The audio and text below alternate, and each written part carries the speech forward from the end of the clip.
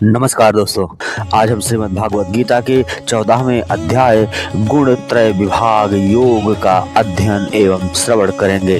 13वें अध्याय में क्षेत्र और क्षेत्रज्ञ के लक्षण बताकर उन दोनों के ज्ञान को ही ज्ञान कहा है और क्षेत्र का स्वरूप, स्वभाव, विकार तथा उसके तत्वों की उत्पत्ति का क्रम आदि बताया।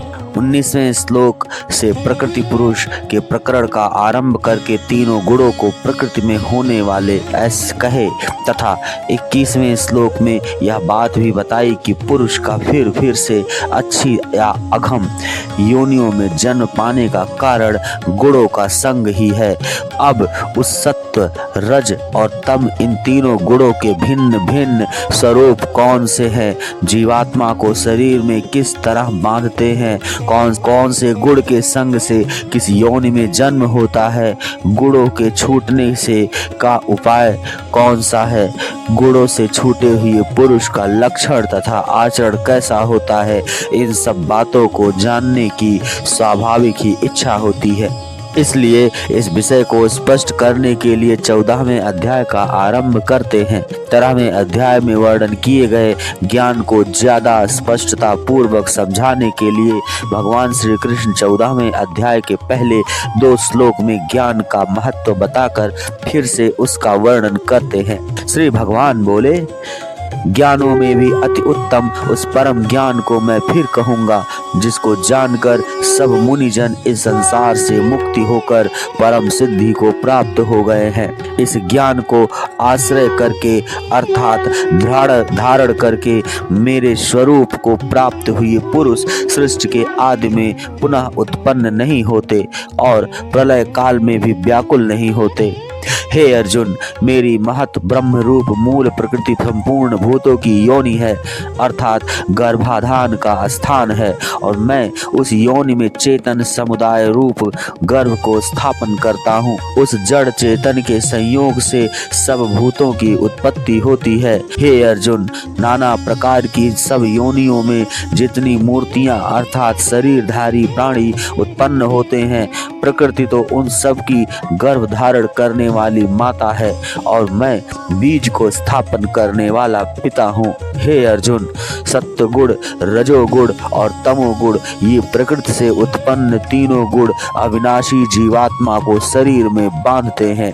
हे निष्पाप, उन तीनों गुणों में सत्वगुण जो निर्मल होने के कारण प्रकाश करने वाला और विकार रहित है, वह सुख के संबंध से और ज्ञान के संबंध से अर्थात अभिमान से बांधता है।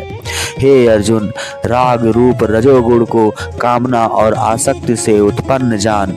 वह इस जीवात्मा को कर्मों के और उसके फल के संबंध से बांधता है। सब देहाभिमानियों को मोहित करने वाले तमोगुण को तो अज्ञान से उत्पन्न जान।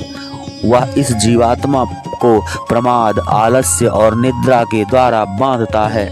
हे अर्जुन, सत्वगुण सुख में लगाता है और रजोगुण कर्म में तथा तमोगुण को तो ज्ञान को ढककर प्रमाद में भी लगाता है।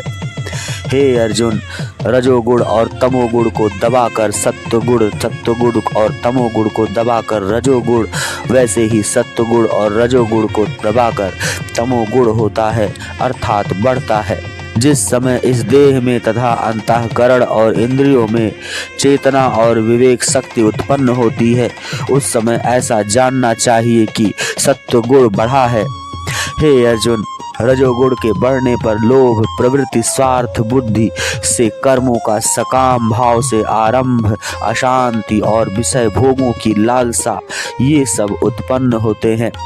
हे अर्जुन, तमोगुण के बढ़ने पर अंतःकरण व इंद्रियों में अप्रकाश, कर्तव्य कर्मों में अप्रवृत्ति और प्रमाद अर्थात व्यर्थ चेष्टा और निद्रादि अंतःकरण की मोहिनी वृत्तियां ये सभी उत्पन्न होते हैं। जब यह मनुष्य सत्वगुण की वृद्धि से मृत्यु को प्राप्त होता है, तब तो उत्तम कर्म करने वाले के निर्मल दिव्य स्वर्ग आदि लोकों को प्राप्त होता है। रजोगुण के बढ़ने पर मृत्यु को प्राप्त होकर कर्मों की आसक्ति वाले मनुष्यों में उत्पन्न होता है।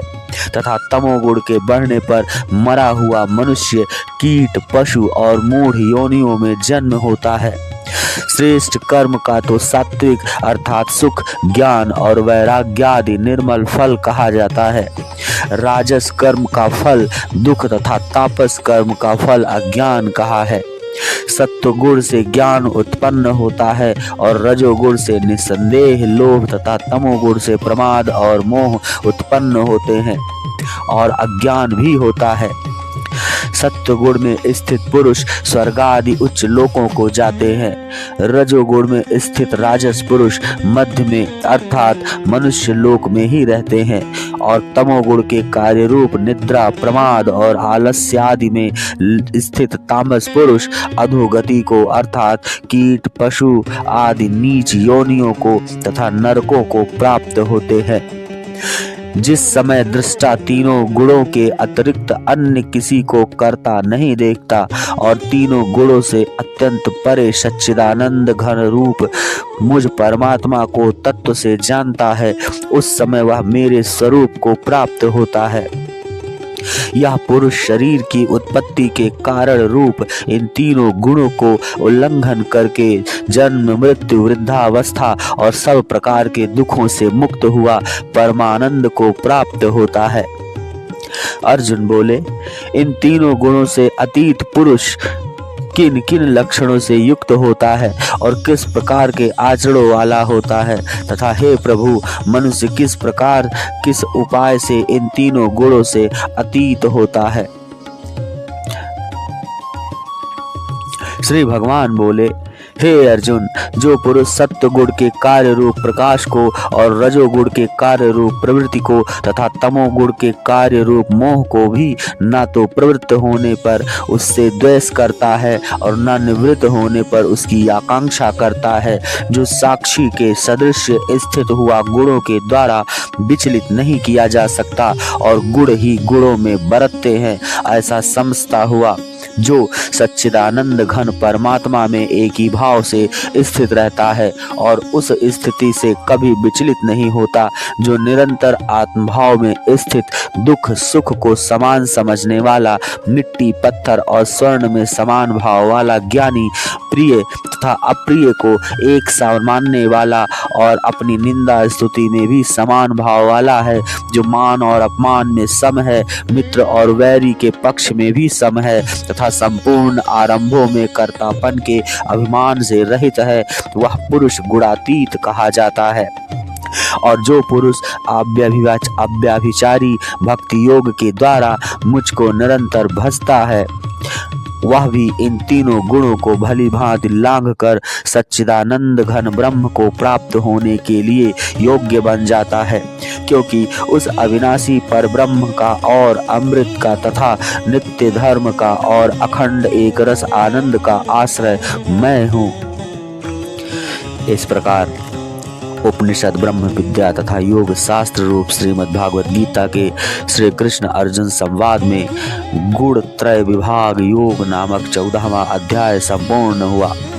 अगले अध्याय का अध्ययन एवं श्रवण करने के लिए कृपया चैनल को सब्सक्राइब करें, लाइक करें और शेयर करें और नोटिफिकेशन बेल को ऑन करें और कमेंट करें। जय श्री कृष्णा। धन्यवाद।